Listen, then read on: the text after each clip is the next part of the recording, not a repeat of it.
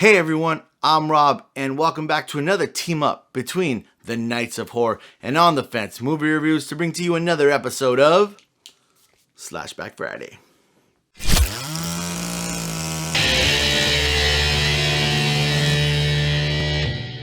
On this episode of SlashBack Friday, I want to talk about a movie that came out in 1990. It's based off a Stephen King novel, and it is Misery. Now, Misery starts James Caan. Kane? I think that's how you pronounce it. I'm gonna go with James Caan. James Caan and Kathy Bates. James Caan plays Paul Sheldon, who is an author, who is a successful author who's written a series of novels that are pretty popular. And Kathy Bates plays Annie Wilkes, who is a fan, if you would say, of Paul Sheldon's novels. Now, the way this movie starts off is Paul is at a hotel. He's writing one of his novels. He, just likes to get away from the city in this smaller town at this hotel. And he's finished with his novel. He decides he's going to go back to the city, meet up with his family.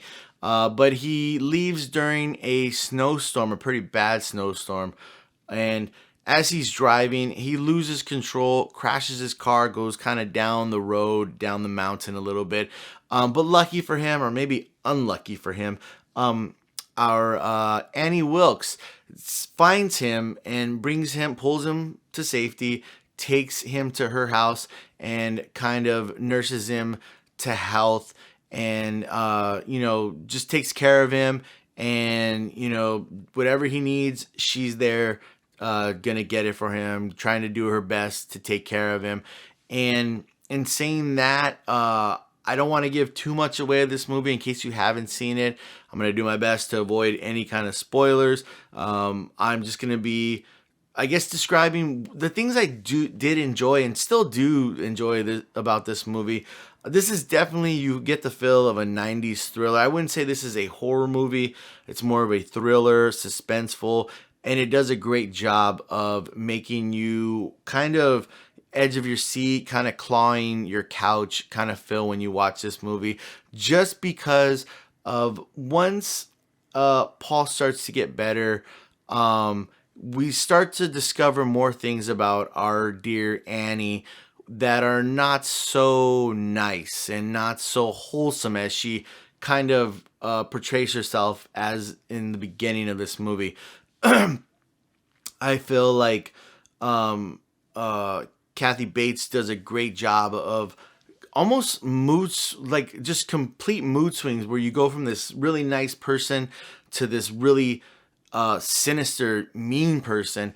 And one thing I did like about this movie, when Annie is in and she's being sweet and caring, you kind of get her in some regular lighting, and it looks good. But when she starts to kind of make her turn and starts to show more of that dark side that she has, I feel like the way the camera is used, it makes her look more larger and more intimidating to the person watching. As the audience member watching it, it looks very intimidating. I remember watching this movie when I was younger, and just like I scared of Annie because she was nice at the beginning of the movie and then she was mean towards the middle and the end. But anyways, I think this movie does a great job of, like I said, making you feel suspense.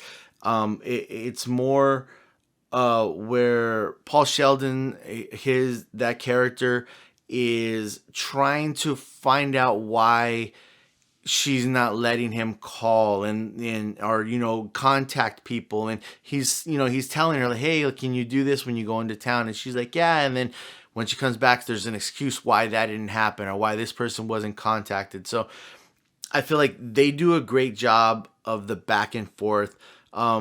With Annie, Kathy Bates' portrayal as Annie,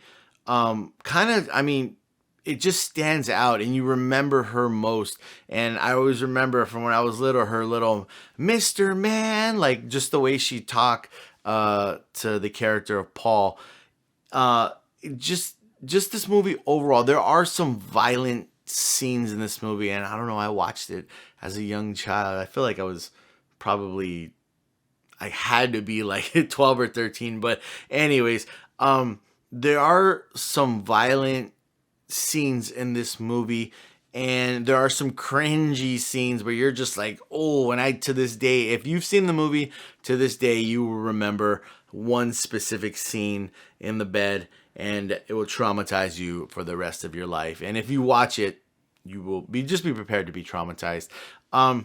With scenes like that, you do get violence. Again, this is not a scary movie where something's coming out at you, or it's boo, or any jump scares, or over the top, just blood and gore.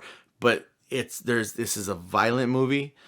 I'm sorry, I should say there are violent scenes in this movie, but overall, this movie, from the time we get into Annie's house until the end of the movie, it is very suspenseful. It is very edge of your seat kind of movie, and you're rooting for Paul. You hope he doesn't get caught whatever he's doing, whenever he's doing it. You hope he doesn't get caught when you start to see the darker side of Annie. So in saying all that, I'm going to say you should definitely get off the fence and check out Misery. If you like that 90s style thriller kind of movie, I feel like you would really enjoy Misery. It has that thriller, has that suspenseful vibe, and I'm going to repeat that again because it's pretty much what it is. It's you're biting your nails the entire time because you don't want this person to get caught, and you're like, it's one of those things where you're just like, no, don't do that, go back, run. So at least that's how I am in the movie. Still to this day, I'm just like, are you kidding me? What are you doing? Anyways, get off the fence, check Misery out. And in saying all that, please hit the like button. Please subscribe to On the Fence, movie reviews, and The Nights of Horror. Also, you can find us on our social medias, at On the Fence movie reviews and The Nights of Horror. And remember, if ever an older sweet lady takes you in from a car accident and nurses you to health but does not let you make a phone call, just run.